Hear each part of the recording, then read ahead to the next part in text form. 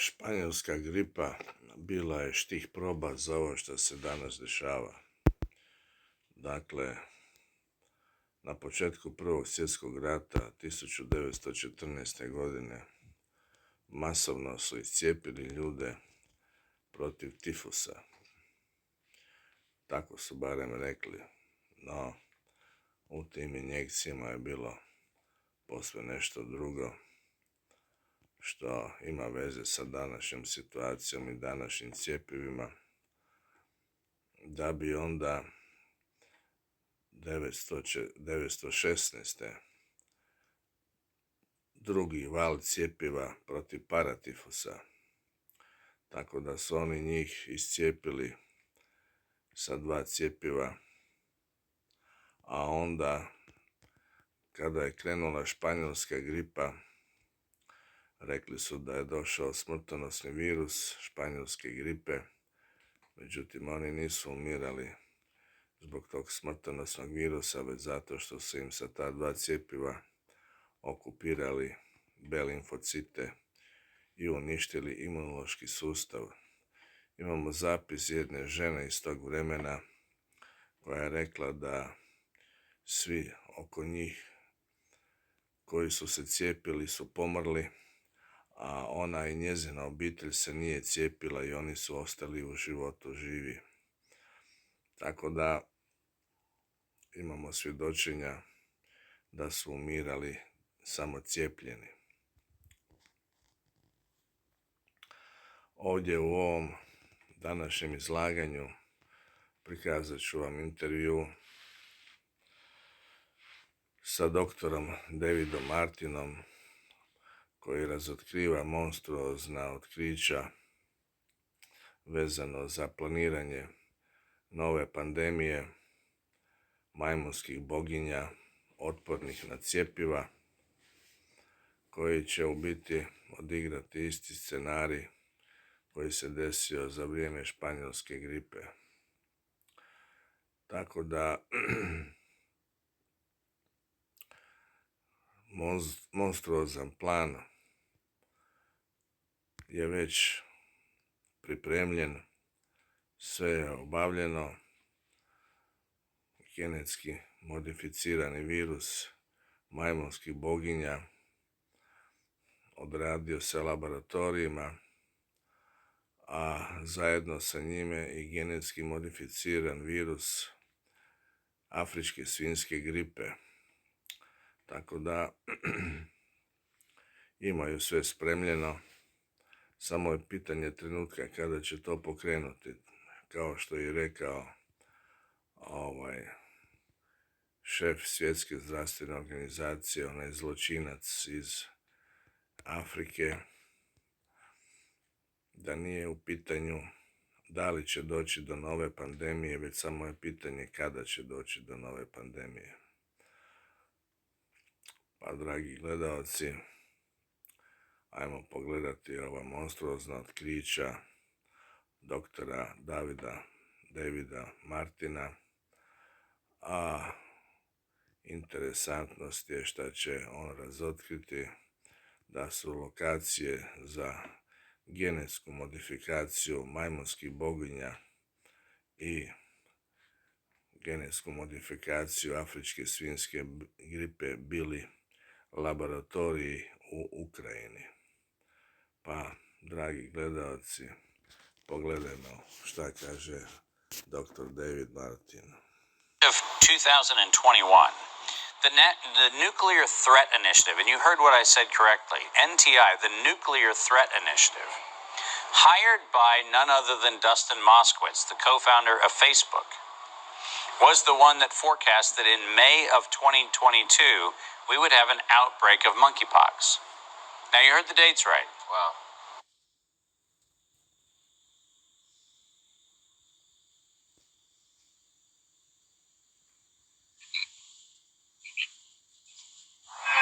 There are growing questions today around a new and deadly outbreak.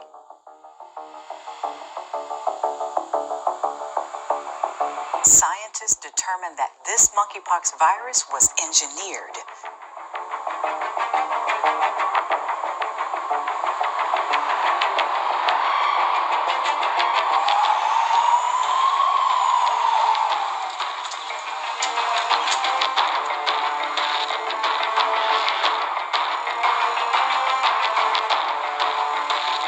limited antiviral drugs and no known effective treatments, countries around the world are struggling to control another pandemic with already devastating effects.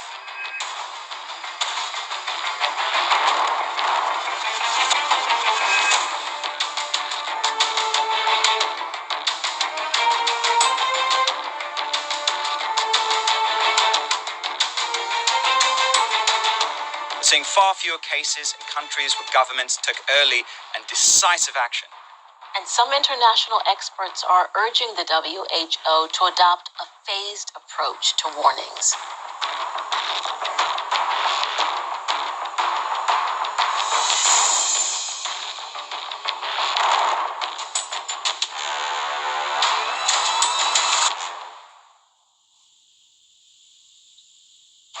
Let's put it all together and do it in slow motion.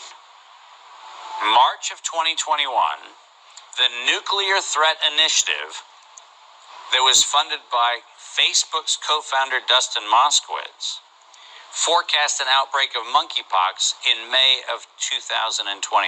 Wow. Predictive programming, telling you what we're about to do to you. Published it. Now, do you think most people would have looked up the Nuclear Threat Initiative in the, in the throes of COVID? No, you wouldn't have thought to do it for a good reason. It's called the Nuclear Threat Initiative. That's kind of the reason why you wouldn't go there to look for a public health document, because it doesn't sound like a public health kind of institution. But they published that they were going to have not only a monkeypox outbreak that started in May of 2022, but if you read a little further into that report, you find out that in the next few weeks, we're going to find out that this was a genetically engineered variant of monkeypox that's engineered to be vaccine resistant. That's in their stated objective. Wow. Published in March of 2021. What makes it worse is by the end of 2023, they're saying that we're going to have 271 million people dead. And you heard that number correctly. That's concerning. Very concerning. 271 million people dead. 3.2, I think it's 3.2, 3 point something, 3.2 billion people infected. 271 million fatalities. And the thing is disclosed to be vaccine resistant.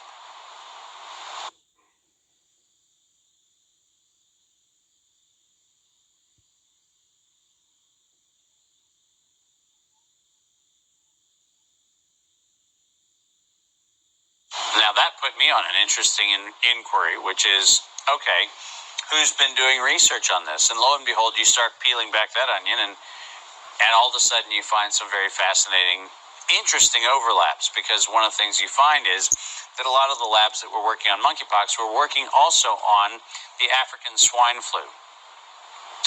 And ironically, one of the places that the African swine flu was being genetically modified and optimized was, are you ready for this? The Ukraine. Why would it be that we're having a protracted distraction in the Ukraine right now? What's going on with that? And why did we have to have a protracted distraction in the Ukraine? Why did we have to have caravans of vehicles leaving biological facilities in the Ukraine? Why did we have to move all kinds of things allegedly under the cover of night, or out of labs under the cover of, canopied trucks and so forth? Why did we need to do that? And why is it that the regions that were affected by a number of the pathogens associated with monkeypox also happened to be installations that also had the African swine flu? And is it possible that maybe we're going to have an announcement that we have a monkeypox outbreak, but in fact what we're going to do is we're going to once again build a series of toxins? These are going to be a family of things which happen to be engineering the world to think that we are having an outbreak of a new pathology, when in fact, if you really examine the data, what you're actually looking at is data that suggests that what we may be doing is finding nature's descriptors, nature's pathogens, nature's culprits to deal with the multiply injected populations who are now going to have a number of fatalities, not from monkeypox, not from a swine flu, not from a bird flu, but in fact from the injections that we gave them, where now we're taking all the symptoms that those people are going to present with, and we now have a convenient narrative that says it's a new pathogen. Now remember, we've got a tiny little problem, because since you could get COVID without ever having SARS-CoV-2, remember? This is the disease that mysteriously can be caused by a thing that doesn't cause the thing. Because we were told in every declaration that closed down every state and every country that SARS-CoV causes COVID, except for the tiny fact that most people who tested positive for SARS-CoV-2 never got COVID, and most people who had COVID never tested positive for SARS-CoV-2. So the causative relationship is slightly mysterious. Yeah. Add to that the fact that the only protracted death increases that we saw were after we started injecting people with spike proteins and all sorts of other things that were in the cocktail that we were injecting. And now all of a sudden we're looking for the world's basket of pathogens that we can say are outbreaking, convenient as we time the fatalities associated with the injection. If you go back and you look at the laboratories that actually have been doing allegedly the monkeypox work, you find that you have the perfect formula to cover with new outbreaks the deaths from the injection. We are manufacturing a cover story in the form of a new epidemic. The interesting thing about that is that if you sit back and say, the guy who wrote all the checks for this, Dustin Moss, what's in it for him? Because he's the guy who wrote the check for Event 201. Okay. He's the guy who wrote the check for the NTI study on monkeypox. He's that guy. Sure. Well, you have to ask, so Dustin, what on earth could possibly motivate you to be so interested in monkeypox? And it turns out the answer is very simple. It's called Sherlock Biosciences. Because Sherlock Biosciences, interestingly enough, is the company that has the emergency use authorization for the first time in human history to edit the human genome using CRISPR technology. And they got that EUA under the cover of COVID-19. So is it any surprise that Dustin is putting into the scenario for the public to now take on board that monkeypox is a vaccine-resistant pathogen? Not a surprise at all, because he never wanted the world to accept a vaccine platform. He wanted the world to accept CRISPR. And he has set the whole world up to fall for it perfectly, and no one is talking about it. Nobody.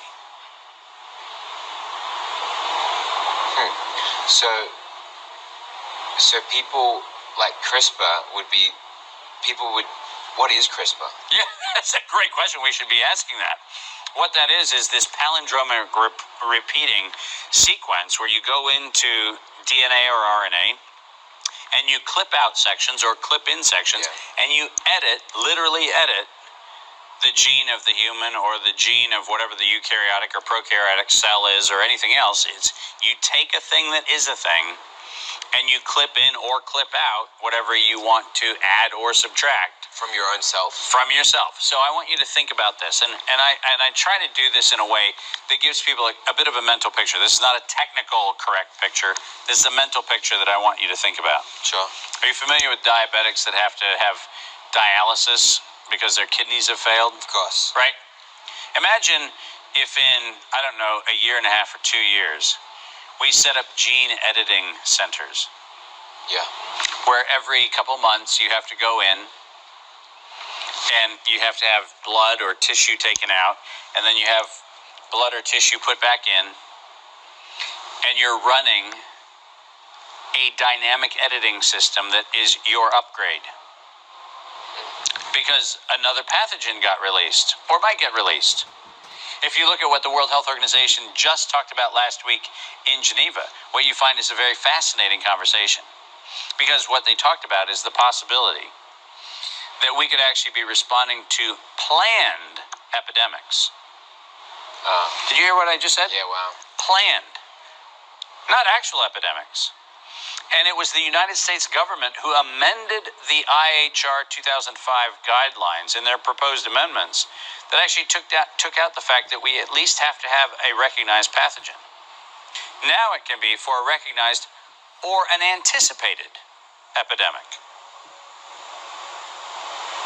It would be fascinating to just tell people that on Thursday we're thinking that it's probably going to be a swine flu, so go line up. And by the way, you're going to have this very interesting RFID chip, or you're going to have something else that's going to be embedded in. And before you go to the grocery store, before you get on a bus, before you get on a plane, before you get anywhere else, we're going to go ahead and read the chip to make sure that you're not an at-risk crazy who hasn't gotten his latest upgrade. Oh, wow. I'm letting people know this because until we actually realize this is a felony criminal conspiracy, this is racketeering, this is domestic terrorism. These are things for which felony laws exist. These are things for which the prison terms are minimum 99 years. And if it's an institution that's promulgating those things, it's $100 million per count violation fine. That's what we should be focused on, because the fact of the matter is, since the 2003 Eurotox conference, I can sit here with absolute certainty and say that we saw a world in which we knew that if we were going to manage a population, and that means manage its numbers and manage its behaviors, we realized that the biological threat was far more valuable than the nuclear threat. And so what we'll do is we'll use the invisibility of a pathogen to bring the world to its knees. Yeah. And as Kim often says, and I know as an Australian you've heard the song enough, rather die on your feet than live on your knees. I mean, this is a time when people really need to stand up and really pay attention, because we are on the verge of the cover-up of all times, which according to Pfizer's CEO can lead to the loss of half of the world's population. Really? Yep.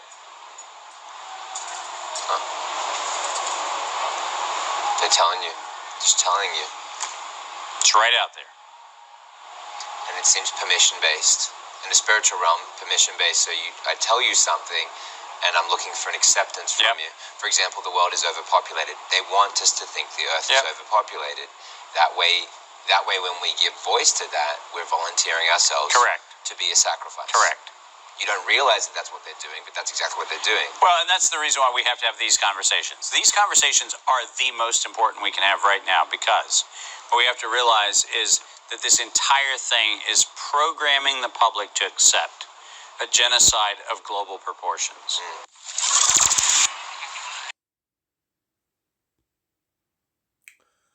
Vidjeli ste ovaj intervju sa doktorom Davidom, a dok sam gledao zajedno s vama ovaj intervju, upao mi je u oko jedan detalj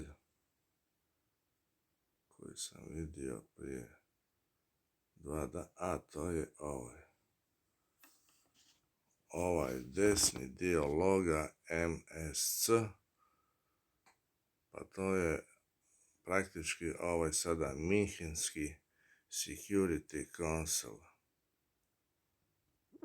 Isti logo upotrebljen sada na Münchenskoj sigurnosnoj konferenciji gdje su se skupili čelnici Europe i gdje je bio veliki šok kada su Sjedinjene Američke Države objavile da niti Europa niti Ukrajina neće sudjelovati u mirovnim pregovorima. Tako da, evo, dragi gledalci, vidjeli ste ovaj šokantan intervju gdje je Dr. David Martin objavio monstruozna otkrića o planiranju nove pandemije, a iskreno da vam kažem, ovo je toliko monstruozno da je i meni teško o tome govoriti. Rađe bi govorio o nekim lijepim stvarima, no imamo toliko zavjera, imamo toliko monstruoznih planova iza kojih stoje najopasniji vanzemaljci, tunelaši, pa nema predaje. Borba se nastavlja, nema predaje, mi se moramo izboriti da očistimo planetu od ovih monstruma i da ponovo stvorimo raj na našoj zemlji kako je nekad davno u početku postojao, onako kako ga je naš otac stvoritelj stvorio. A još jedno izlaganje koje mi je sada palo na pamet, moram kratko objaviti zavjeru i tajni rat koji se vodi protiv sive medonosne pčele, koja je najljepši znanstveni i nepobitan znanstveni dokaz o postojanju stvoritelja, postojanju tvorca, tako da uskoro ću i to izlaganje dati o toj zavjeri i tajnom ratu koji se vodi protiv medonosne pčele. Pa, dragi gledalci, do sljedećeg javljanja lijepo vas pozdravljam.